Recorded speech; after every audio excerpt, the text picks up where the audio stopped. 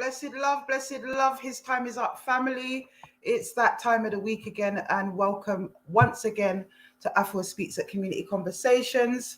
I see all my moderators are in the room, and the room is filling up fast. Welcome back, my brothers and sisters. Yes, indeed. So we've got kind of probably a short one today, I would say. We're going to hear from a sister a little bit later on. That's launched her own campaign against her own abuser. And she's doing some great things. She needs all our support. She's kind of, on her own in this journey as well. So we're going to hear from her a little bit later on. But also I'm going to kind of update you guys about what's been going on the last week. And that's pretty much it. I've just shut it down all week. I've not looked at any cases. I've got a few that I need to follow up during the course of next week and the week after. And you guys will be hearing about it as soon as that is prepared and verified and we're able to talk about it. And one of them potentially is going to be an earth shocker, my brothers and sisters, an earth shocker. So you know who you are out there. You know what makes me laugh about this campaign is that the people that shout the loudest, the people that come the most correct, but yet shout the loudest when it comes onto this campaign that wants to shut it down and all the rest of it. These are usually the kind of guys that have something to hide. We've said it time and time again, and it just keeps proving itself to be the case. Blessed love, Lioness Keats, all about the blacks, Rima, Sean, if you're here, I know all my moderators are on board, and whoever's not here will join later. But this is usually the case, my brothers and sisters, and it just never ceases to amaze me. It's the goose that keeps on giving. I think that's the terminology, is it not? The goose that keeps on giving. So basically, anyway, we'll talk about that as and when it comes up and so on. But first of all, I wanted to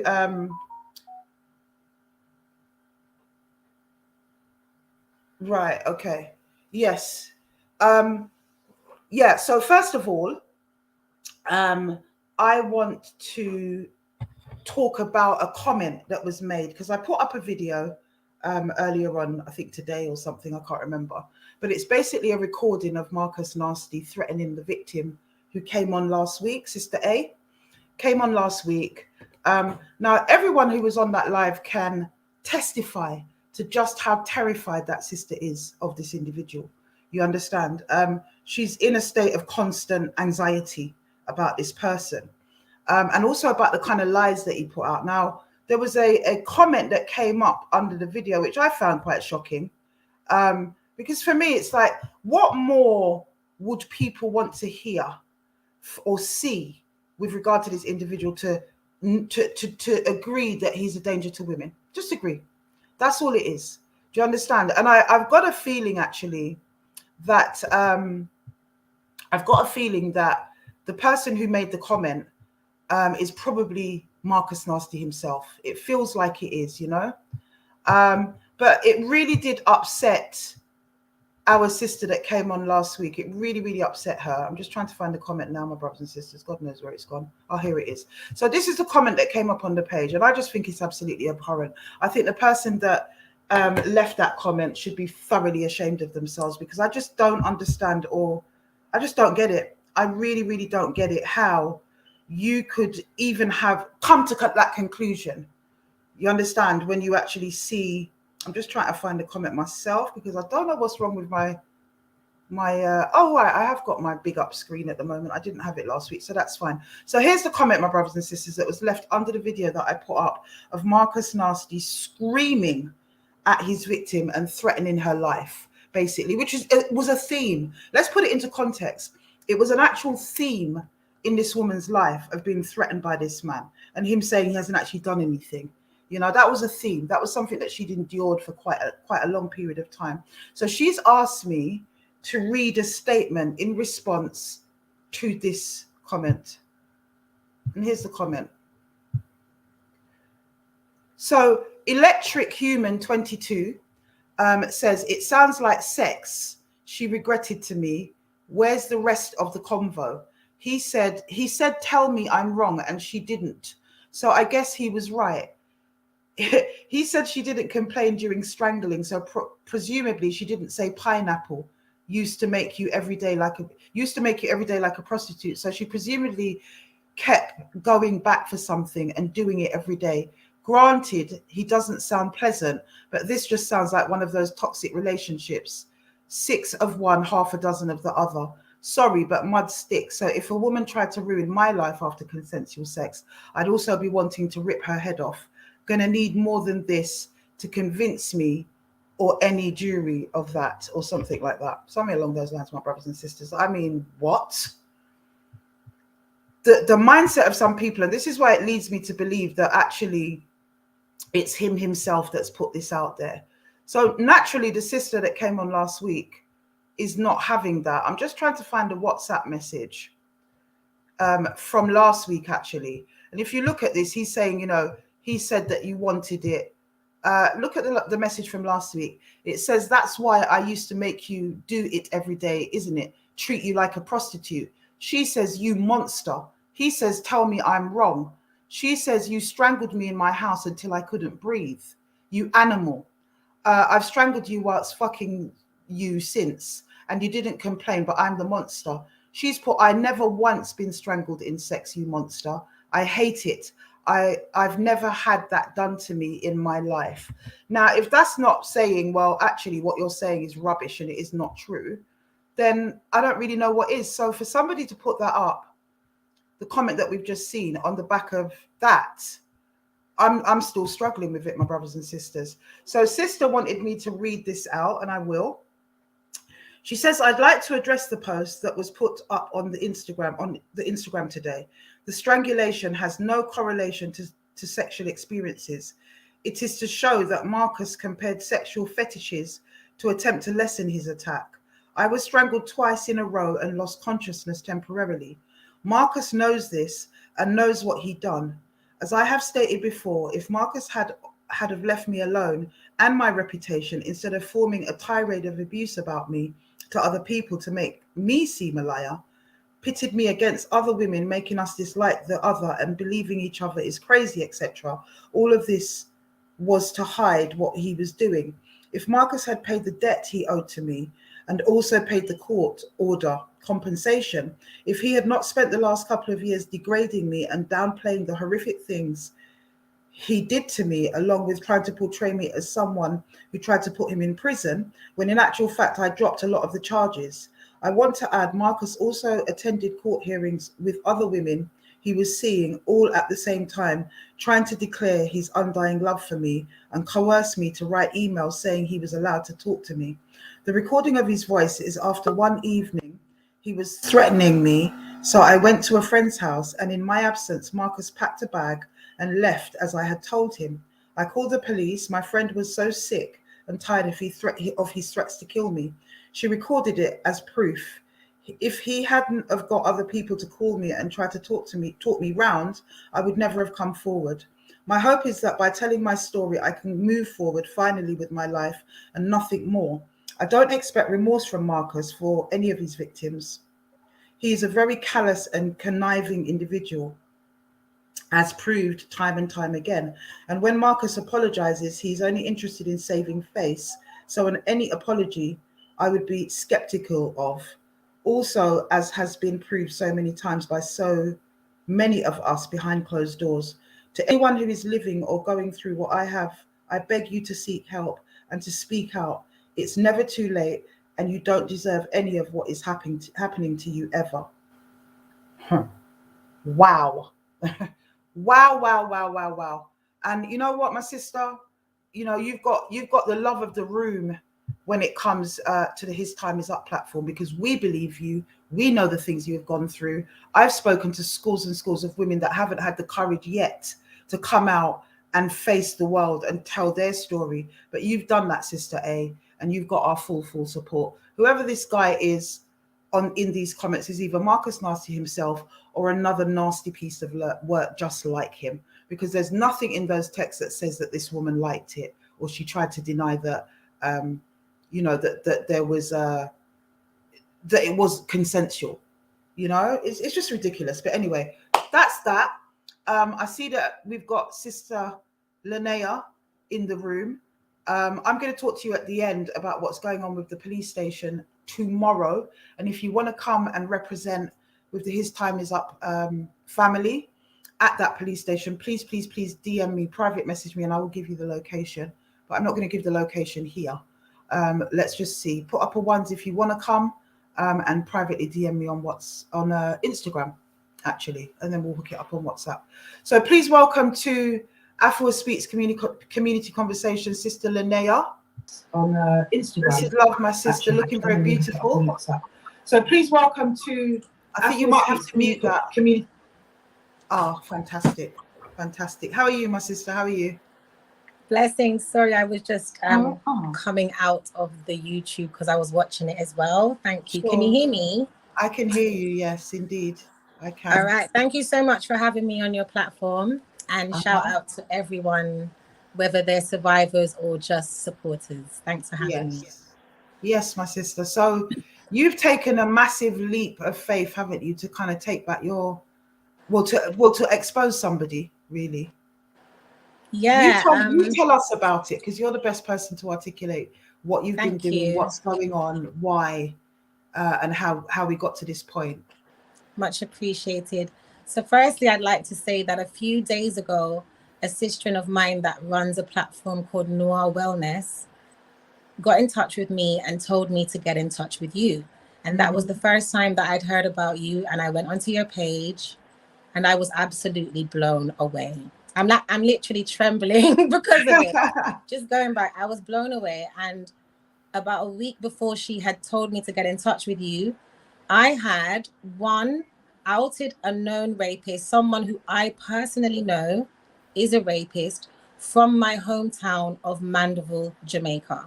So I was born in England and I was raised in Jamaica, and I've always been living, between two countries. And I decided to make a poster to ask any victims to come forward without having any knowledge of more than one victim. I only knew of one definite victim.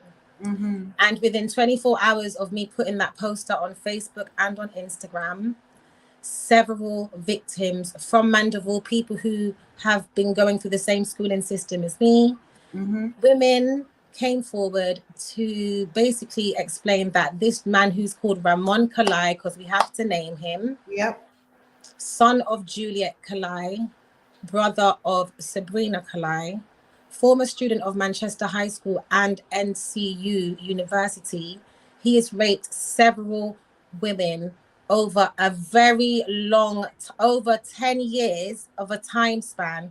He's been raping women in a very specific way. So there's some information that I can't give just now, and I wanted to explain why. Separate to this, I'm a creative and I always change my art form. So I was preparing a series of documentaries called Life After Death, which is really important to me. It talks about our ancestry, Caribbean ancestry. It talks about the Windrush. It talks about personal relationships I've had with my ancestors. And it's starting to paint a wider context of a discussion that I want to have.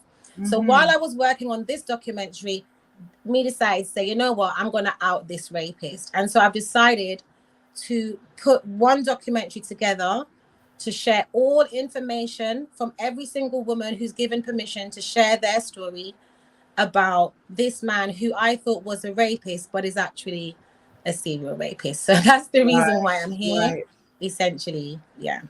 And that's often what happens. I've certainly found with our journey is that it started with one guy. And when you call that guy out, a barrage of women come forward saying, yes, finally somebody said something. They don't want to be the first one. But no one wants to be the first one. Nobody does. And so that's the reason why when I did make this statement, I haven't actually stated who has been assaulted, including myself. I haven't said who he's raped. I've just said, this man is a rapist. If you've been raped, come forward. The consistencies between the stories, the way he goes about assaulting his victim, given the fact that we didn't even give any information about anybody, there you go. Those women who came forward wouldn't have known that he had a mode of operandi or whatever it's called. So this is the first time I've spoken publicly like this about it. and it's been shocking. And not only have there been victims coming forward, but what we have are these disgusting rapist defenders who The are enablers. primarily women. Yes, my sister. Every single So, time.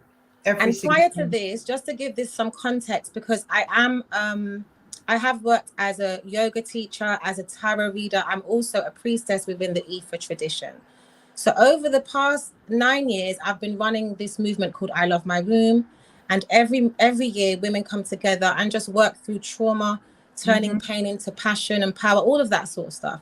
And basically, I have never spoken about any kind of assault or anything like that.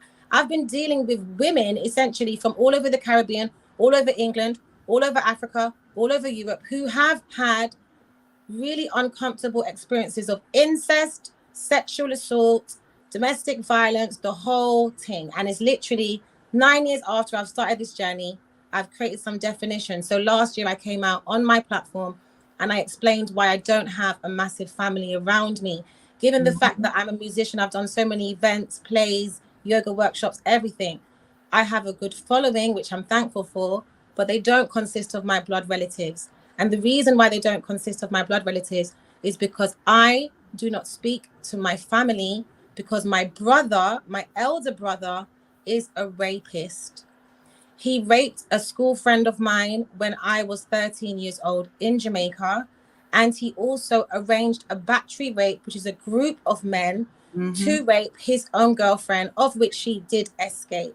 So I've just started to talk about more personal stories, and it's just led to, you know what? Nobody now got hide no more. Nobody Yes, my can go hide sister. no more. That's my story essentially. So, in terms of the backlash that you've received, do you want to tell us a bit more about that? Because it's been quite intense, hasn't it? It has, and it hasn't just been direct. It hasn't just been people messaging me. It's been the lack of communication that I'm also translating as backlash. So I started going to this specific school in Jamaica when I was 8 years old, right? And there are people there who I've known since I was 8. So when we got to about 11, we went to a high school called Manchester High School. Shout out to all the Jamaica fam. And then we met a whole new batch of people, which would include this rapist. And thanks for jogging my memory. One of the significant things about this rapist is he is the son of my drama teacher. And all of his victims are students of the drama teacher. So he's basically found a way to prey, you know what I mean, on people who see him in a specific light. When I put this post up, there are thousands of people on my Facebook that went to these schools, etc. I literally had like 3 women message me from Jamaica and say, what's going on? Tops 4. But everybody, every single day, when I'm posting the posts in my stories, I'm seeing hundreds and hundreds of people. So I know that they're watching. I know the culture is full of gossip. Everyone's talking.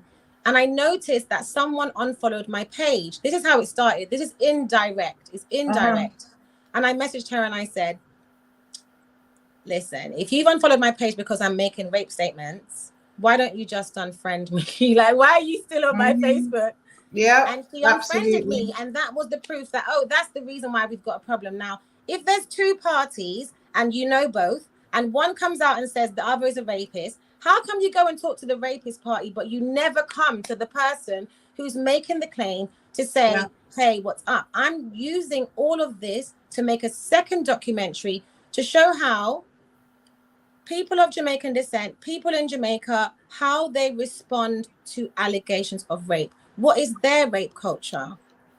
Sorry, I feel like I'm ranting now. No, continue, my sister, continue. I'm just looking at some of the comments. For example, the rape culture in Jamaica is so many decades behind the UK or America. This is a culture that says put up and shut up. This is a culture where many of the elder women were raped and they weren't believed. So when the younger generations have the same experience, they're told, hey, just tuck that underneath the carpet. I Absolutely. live in Kingston as well. There is so much paedophilia before we even come to rape of adult women or men even. There's so much paedophilia in Jamaican culture. I Yes. grew up seeing a man work in my father's shop.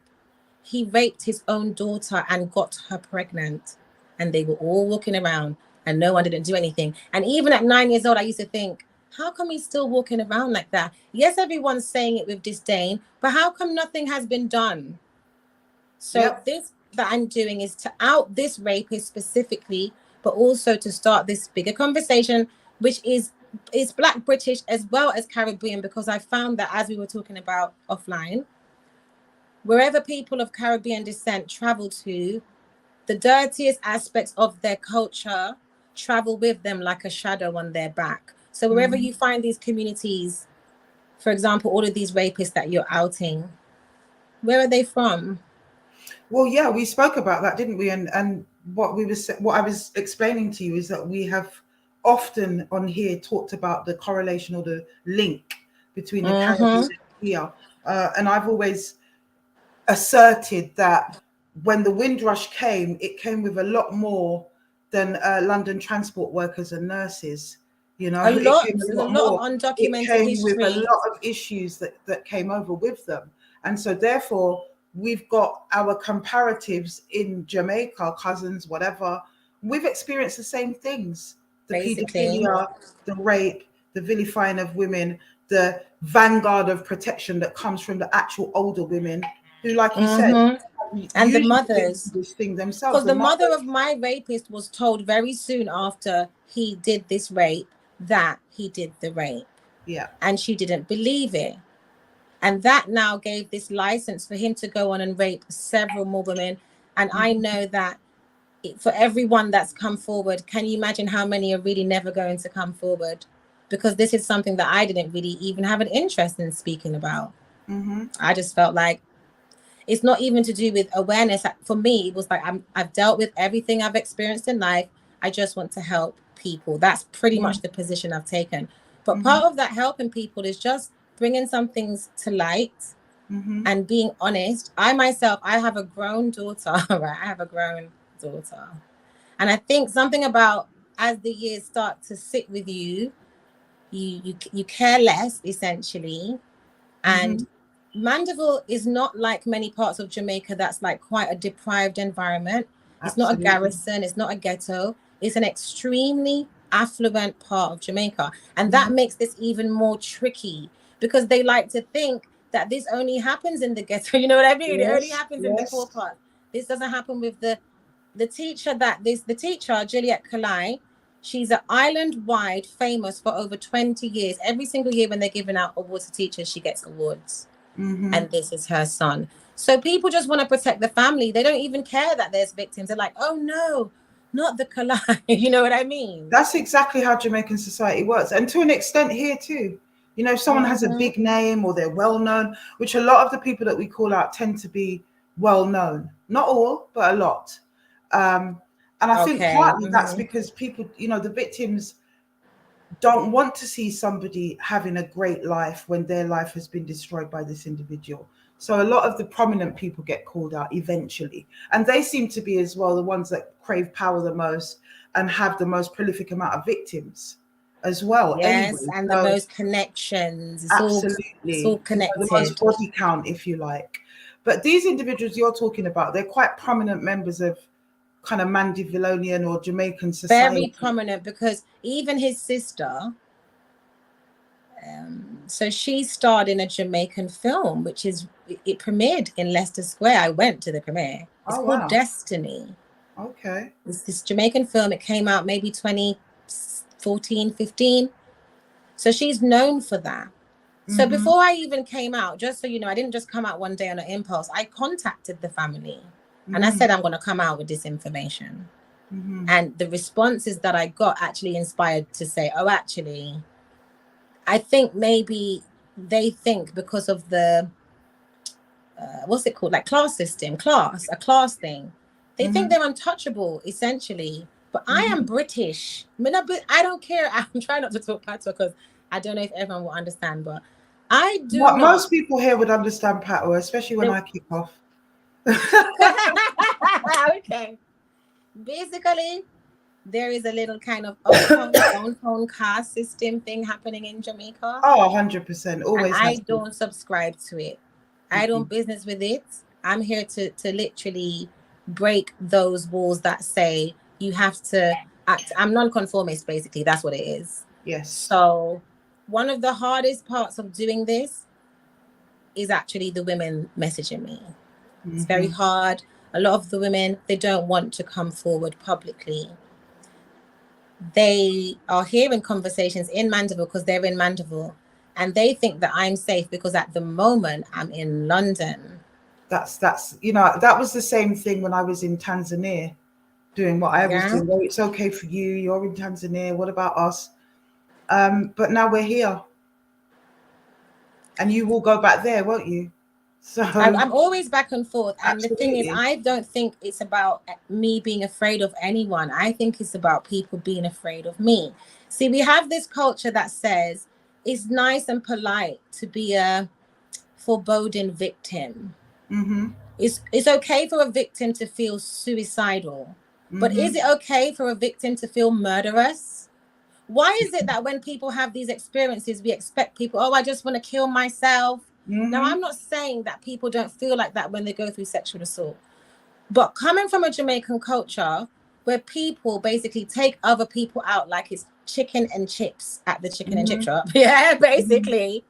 A lot of the rapists that are walking around, they're lucky that the women are even giving them such grace, because it wouldn't take that much. I know this sounds what I'm saying, but not that we're inciting any kind of jungle justice. I'm definitely not inciting that. But the point is, I find that if I was to come out and say, I'm so depressed, I'm so down, this happened to me, then that's okay.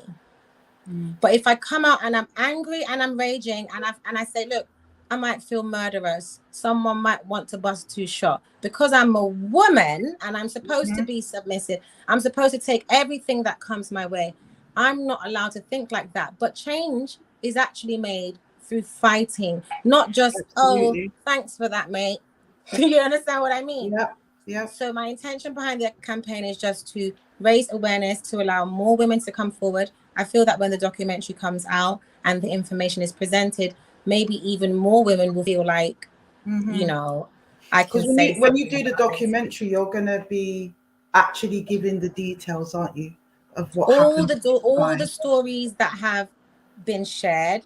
Now, there's two stories that have two specific details that the ladies just said, those two specific details, just omit it, because they feel like it's identifying not to the public, but to the rapist. Right.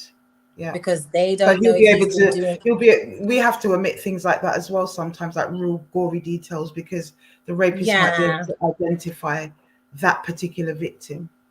And also, as we're going to share these stories, this is not a public trial. This is not a kind of thing where it's like these videos are court testimonies, because they're not. They're literally sharing what I've received, rather than at the moment. Basically, I've got an Instagram. It's called Ramon Kalai Truth Chronicles, and I'm posting every day about sexual assault. How are you spelling this? I'll put that in the chat. RAMON. Thank you. COLIE. Yeah. Ramon Kalai Truth. TRUTH. Yeah. Chronicles. CHRON. Yeah. Cool. So that's on Instagram, and I post every day. That's basically within 24 hours of me creating that page, 2 ladies had come forward. And I don't know them. They're not in my network. They're not friends. They're not even friends of friends. Do you see what I mean? So they are getting strength by seeing that, as much as they might be in the space of their process, be in the stage of their healing, where they have to be behind closed doors. And I respect that. I'm not even against that. Everyone has to go through their own journey. But they feel empowered by the fact that someone actually doesn't care. Someone, especially when it comes to the Jamaica thing, because I think people in England sometimes may not understand how small-minded people in a small town in the countryside in Jamaica can be. It can seem like it's the 90s. Even people's critical thinking. Absolutely. I had a few guys message me, oh, imagine I put a poster out and say, this man's a rapist. If you've been a victim, come forward. And guys that I don't know reach out to me and they don't greet me properly. And they just say, so did he rape you? And I say, I don't think your mum raised you properly. Because even if you genuinely want to come in the inbox to query what you've seen, do you think that's appropriate? A lot of that, or people saying, oh, but that guy's so handsome, how could he rape anyone? But to me, that's a really unintelligent thing based on all the rapists in the world and who they may have been and the positions they may have occupied. I don't think how someone looks has anything to do with whether they decide to There's a be a lot of rapist. education that needs to happen around rape and sexual abuse, because that is Absolutely. a default response. But he's a gallus. He gets enough gal. He don't need to rape any women. People need to understand that rape is not about sexual gratification. It is about power. It is about the ultimate power.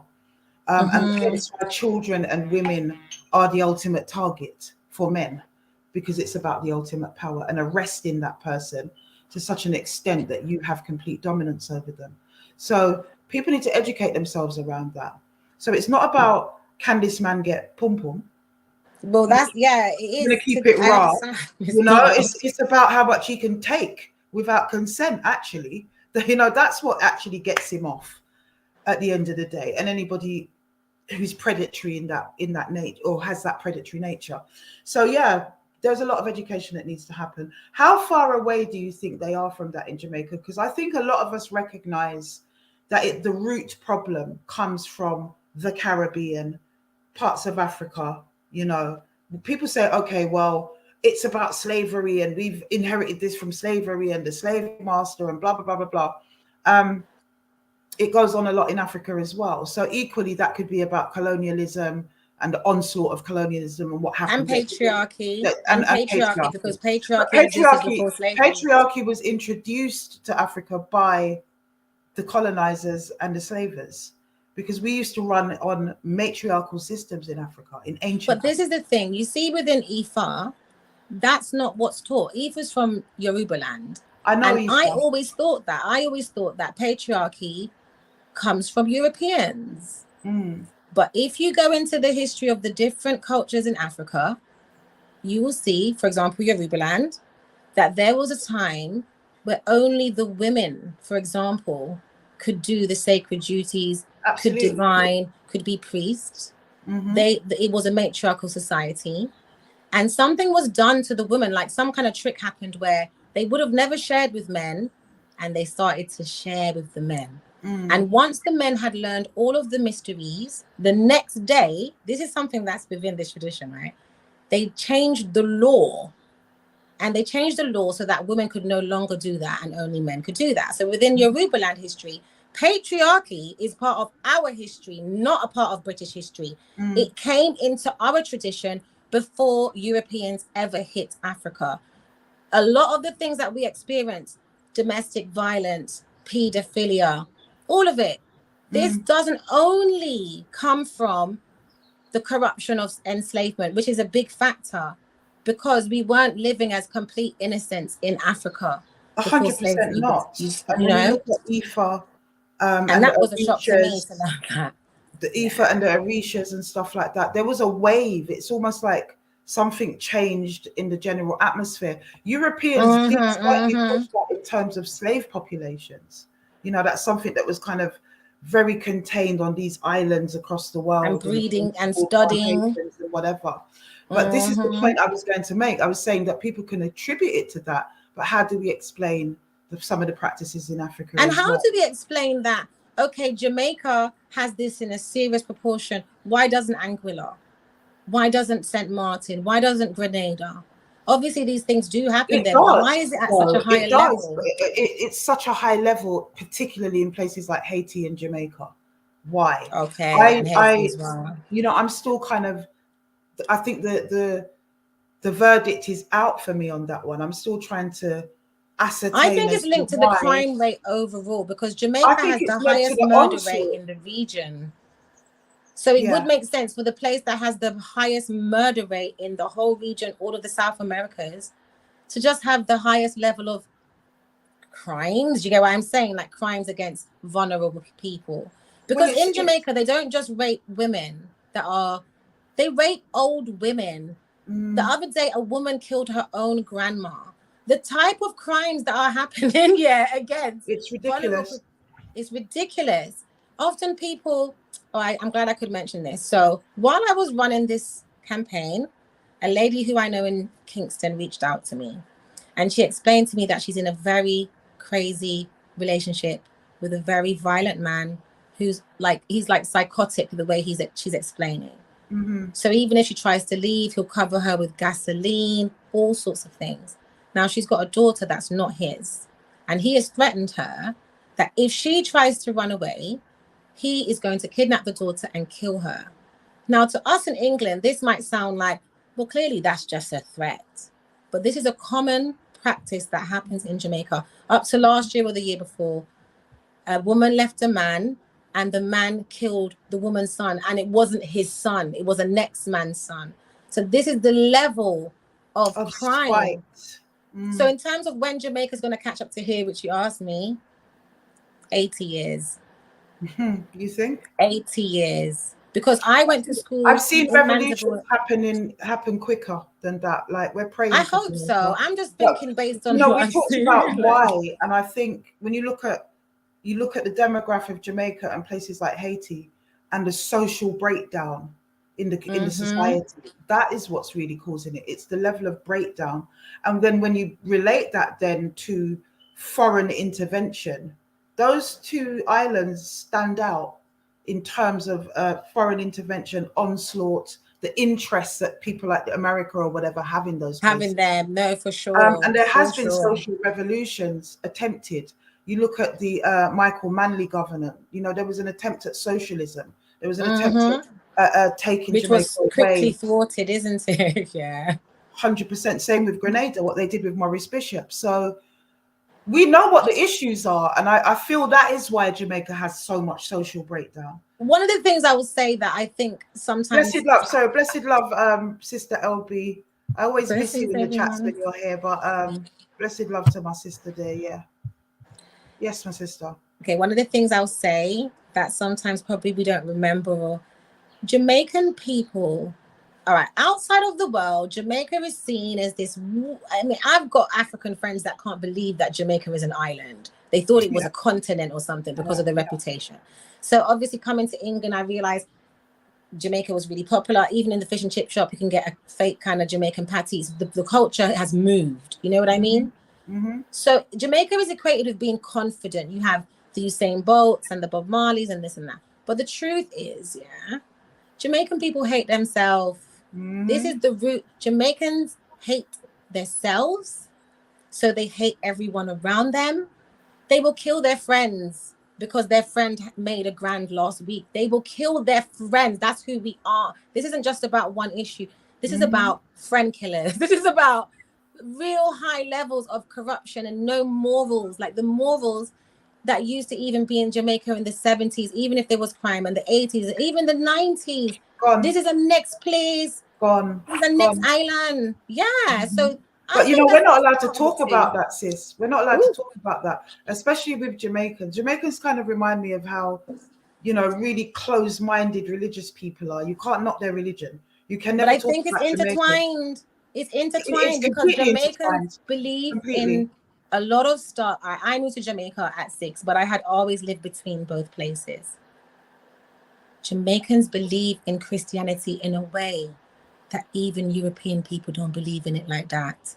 They take it to a whole next level, and whatever the myth was, it is expanded exponentially. So basically, Jamaicans are used to, from their very young, being taught foolishness. And when you are used to being taught foolish stories, things that don't make sense, things that are myths, essentially, in an environment where people don't usually read a lot, people only go to school because they can get a job.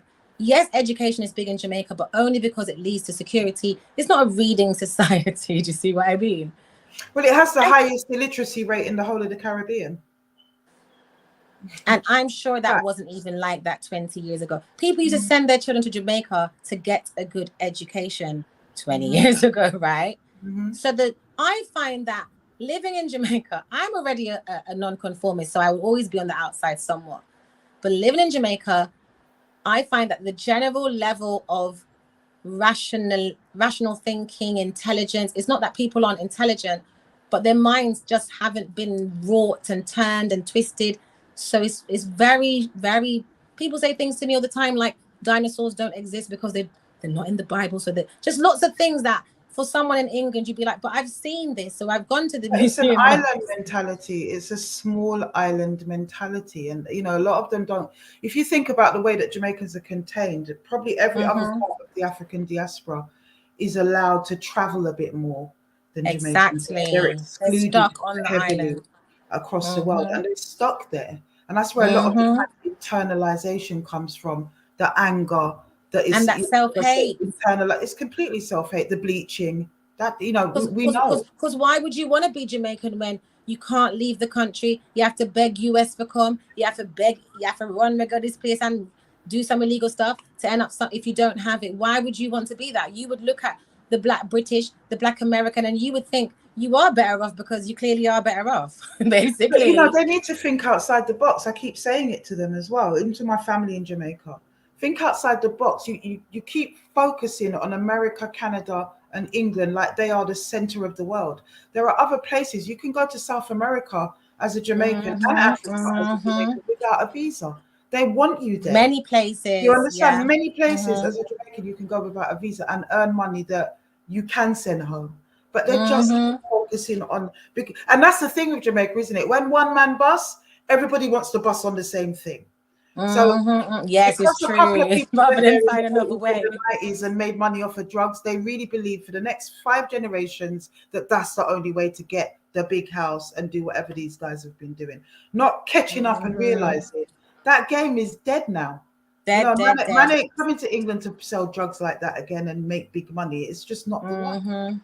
So we don't think. It's funny you mentioned that because some of that stuff's going to be my documentary. So I was thinking, look at her she's going in the documentary because I'll be talking about that as well and the culture of how many people were able to live on weed, basically.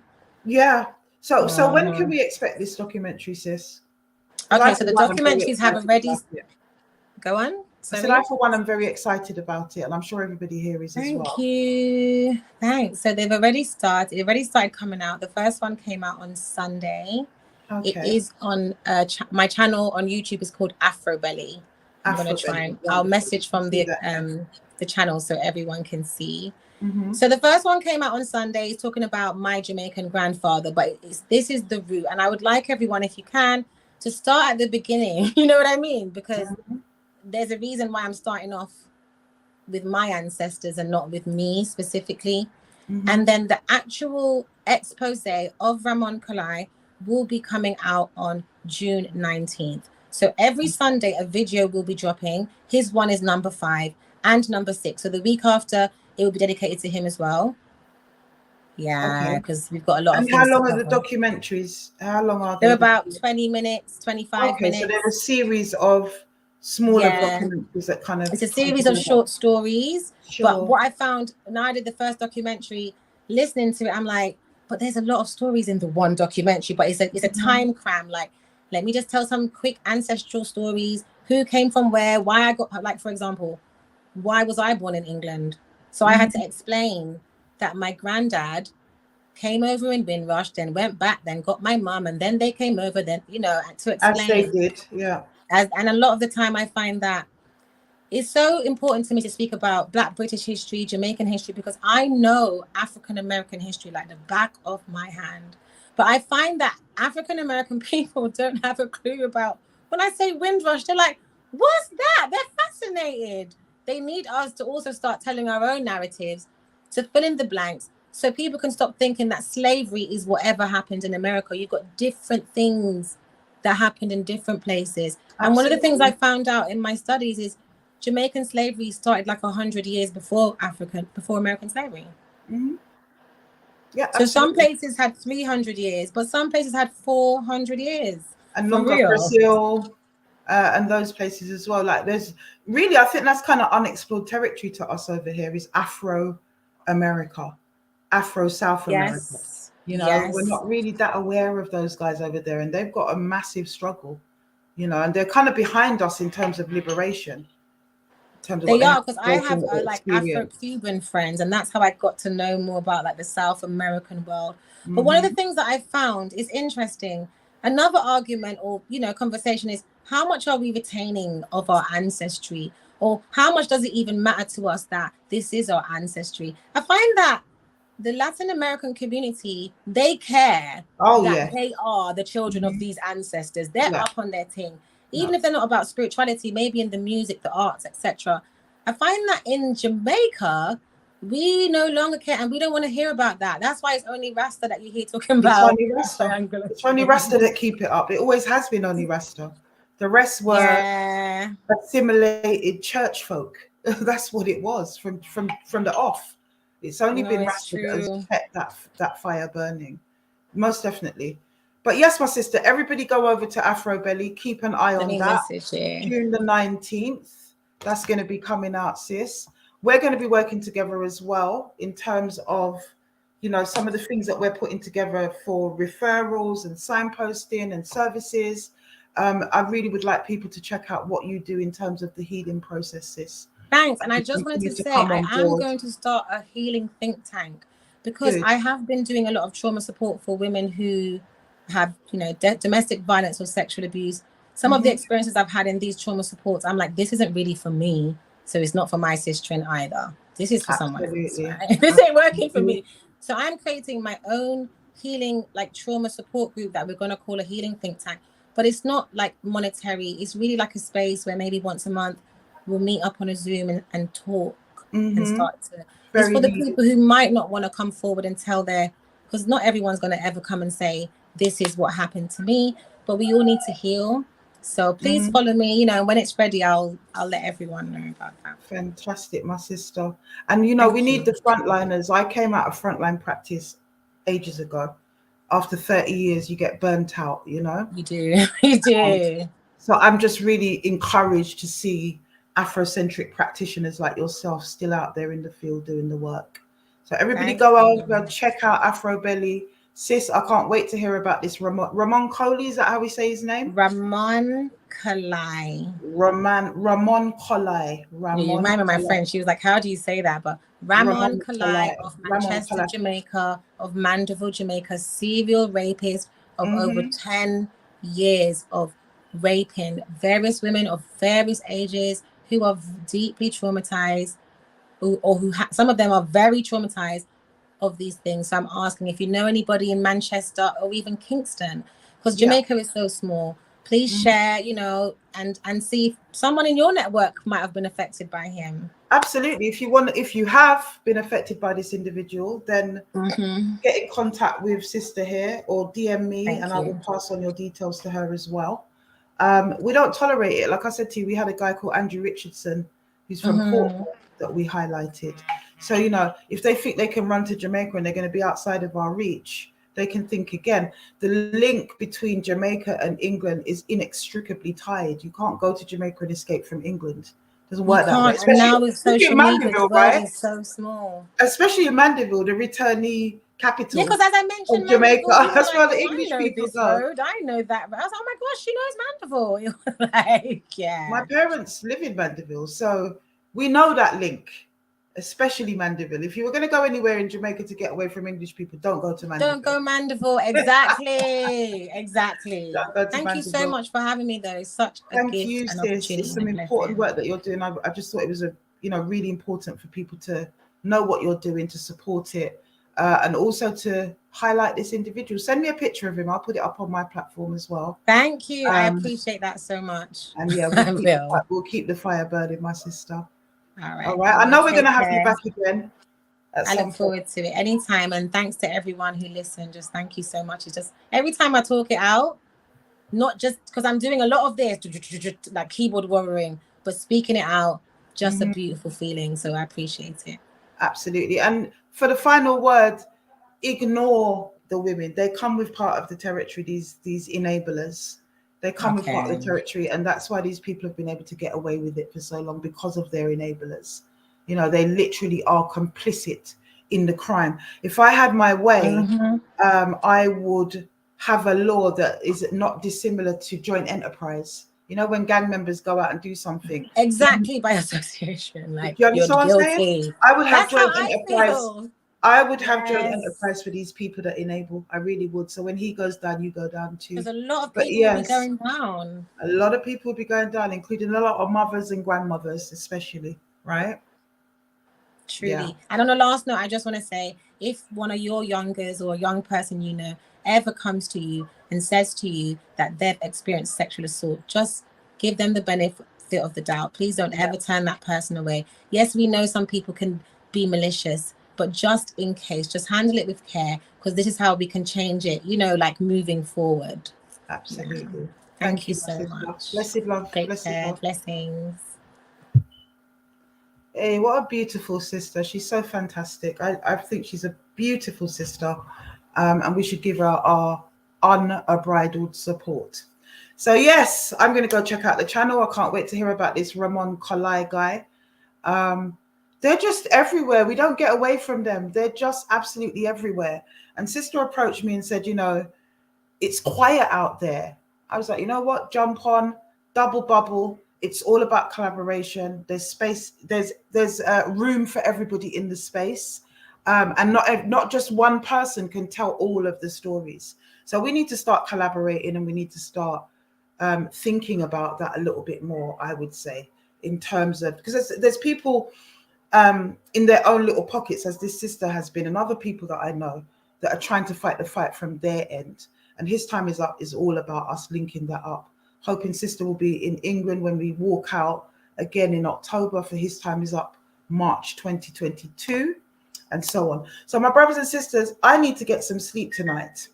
I really do, because tomorrow at 12 o'clock, I will be going in finally to this police station to see what all this is about. It just gets bizarre, more bizarre by the minute, because I told them I'm not attending last week. I gave them the reasons.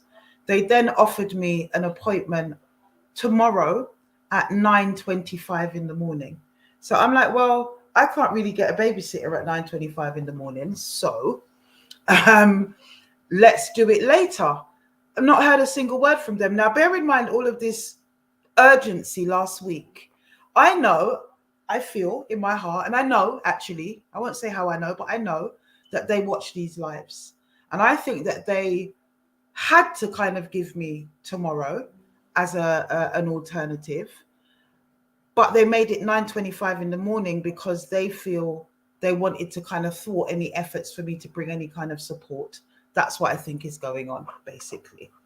And so I've said, well, look, that is quite genuine. I can't get a babysitter at 9:25 in the morning. Anyone who's a parent knows that on a Saturday morning at 9:25, it's sticky. So what we're going to do, because we've proposed 12 o'clock to them and they haven't got back to us, myself and my solicitor will be meeting at 12 o'clock at this place anyway. So if you want to support, we've got a few people coming down, and it's just for documentation more than anything, and also to, you know, send a message that it's not acceptable that after all our efforts and all the reports that we've put in, that you have not arrested a single one of these pedophiles or these rapists, but yet you want to try to question me quite, you know, with such gusto. You want to question me for highlighting it. So we want to do that. And also in case anything booky goes on, because we really don't trust the situation at the moment, my brothers and sisters. I'm going to put the link in. It'd be lovely to have an open panel at some stage. It's been suggested to me that I should do that, but his time is up. People seem to like the comments more than they do like coming on and saying what they think, even with their camera off. So yeah, I'll put that in there. Anyone who wants to jump on, who wants to talk about what they've just heard from sister, or who wants to make a comment, or who needs some more information, please let me know. DM me, my brothers and sisters, if you want to be there tomorrow morning at 11 a.m. I think we should meet at the venue. I'm not going to say where the venue is unless you DM me. So if you want to be there, please DM me or WhatsApp me. For those of you that have my WhatsApp, quite a few of you do for various reasons, and I will give you the information. Other than that, I'm going to be there. You know, whether you guys are or not, I'm going in. I'll let you know what happens and update you and so on. We might even go live from there, actually, just to make sure that we have a documentation of what's actually happening. Because do you know what? I don't trust the situation. I said it last week. We've been saying it. My solicitor thinks it's weird. And we don't know what's going to actually happen, do we? Whether there's going to be a miscarriage of justice or some sort of illegal arrest or whatever it is that they're trying. But the whole thing is booky and stinks to high heaven, really. And I want to know if there's other charges, because if there is, then that's fine. Come with it. But don't come with some trumped up charges that are actually not actually police issues, according to my solicitor, my legal team. It's weird, you know. Thank you, Afrobelly. I know you said you'd be there, and look forward to actually meeting you, which would be great. And I know that his time is up. Core supporters who are always there, you know, whether we're on a shout out or we're not, will also make their efforts if they possibly can. It's all short notice. It's short notice for me as well, to be fair, and it's very inconvenient. I've got a lot on tomorrow. But this has got to be done. Let's just get it out the way. Let's see what these people are coming with and let them see that they can't persecute anybody. Because I really feel that this is a bit of a backhander situation. And that's why I'm approaching it in the way that I am, you know, and making it as public as possible. Because, you know, the persecution is real. How can you have a situation, you know, where the person who's trying to tell the truth is the person that's being collared, if you like, by the police? Is actually outrageous. And if it's a ploy to kind of scare me, it just really doesn't scare me. Being in a police station, being questioned, being locked in a cell, all of that stuff, it doesn't scare me. I've always been a person that goes inward. I've always been a person that believes that you can't own my mind. You know, even when I went through my own experience at Her Majesty's pleasure, it was fine. People were saying to my older daughter, "Oh my God, how's your mum going to cope?" And they were like, "Well," she said to them, "Well, I don't know how my mum's going to cope with so much people around her. That's all it is." And I was a person that regularly used to be asked to be locked in, something others were scared of, because I loved the solitude. So if it's going to be that, fine, do that. I'll be a political prisoner.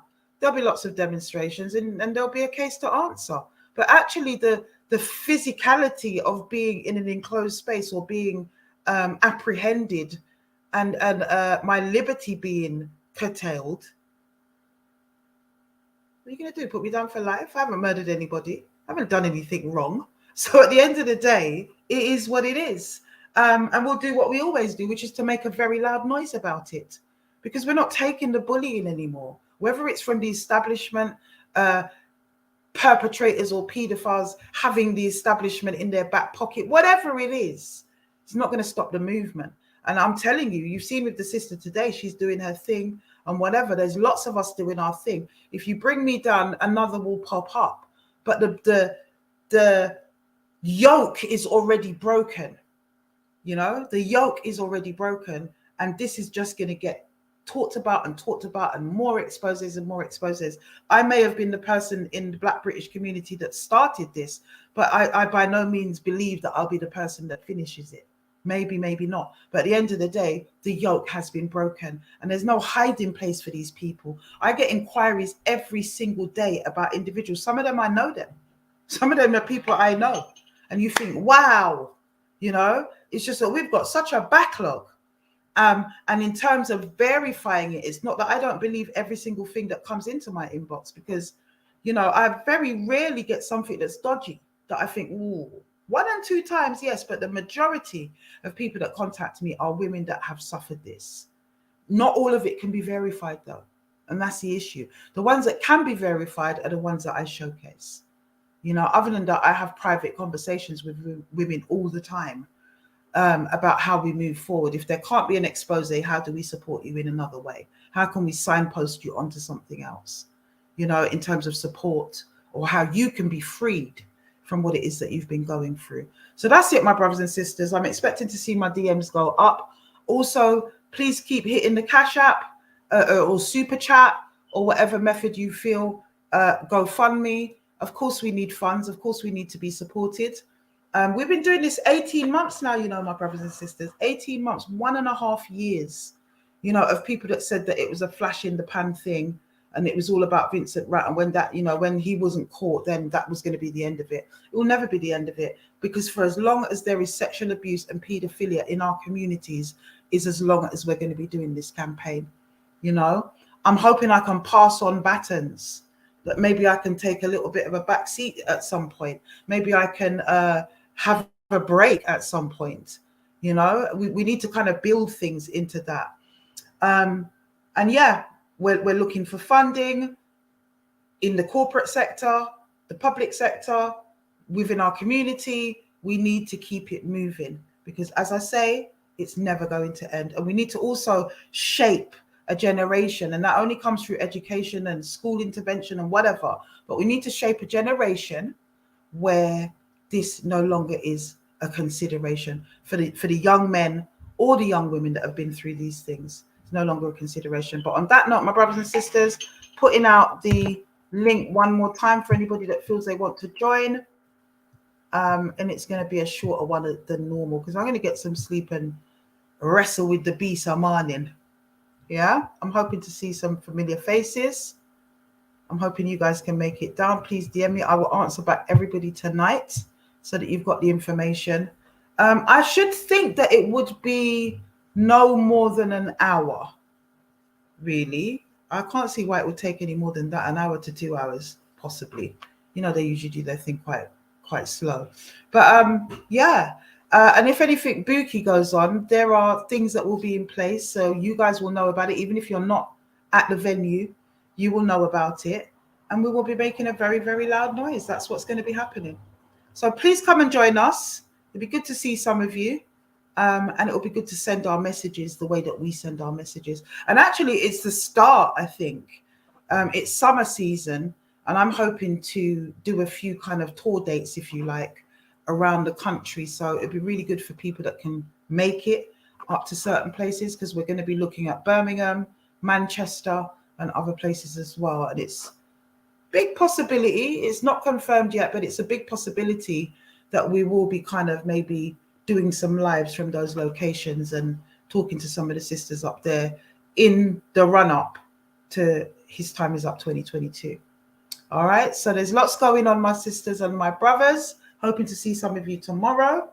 And I'm going to sign out. It's been wonderful as always. Please keep giving, as you know we always do. And I will see you again here next week with new call outs and fresh evidence, if you like. Yeah.